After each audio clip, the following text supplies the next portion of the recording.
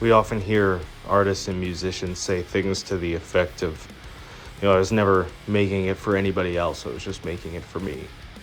I never had the intention of putting it out or showing it to anybody else, I was just making it for me. And I never understood that.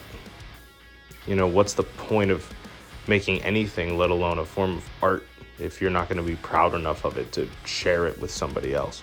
And it wasn't until I started writing the music that would eventually become Hillhaven that I started to have a better understanding of that. Especially at the beginning, what Hillhaven was simply a means for me to try to cope with things that were happening in my life at that point, which admittedly is hardly a unique origin story, but at the moment it was super significant to me just because I had never expressed myself musically in that way. Any past attempts I had made at writing lyrics just fell flat. It felt disingenuous. It felt like I was trying to sound too intelligent. Being a guitar player for so many years, it just made more sense to focus more of my efforts on the instrumental side of things. And I think it was when I was working with a client of mine and I was just explaining to him that the only thing that matters in this take is that I believe you.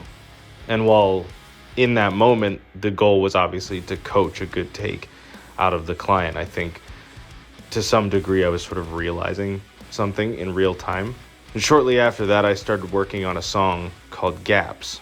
While I wouldn't say the lyrical process for that song was particularly easy, because it took several days to write that song, the big difference that I was noticing there was that I felt confident in the ideas that I was putting out, which is not something that I was used to at that point. And it was after that song was finished that I sent it to Maddie, almost with that sort of like local band delusion of just like, dude, you know any labels that might want to pick this up, right? And he said something like, is this something you're doing? And I was like, I mean, yeah, kind of. It's like for, a thing that I do. And he was like, well, listen, like if this is going to be a project and you need somebody to drum, you let me know. And that was kind of the turning point for me, because it was like, oh shit, okay, I can do this. You know what? I'm going to do this. Fuck it. Let's see what happens.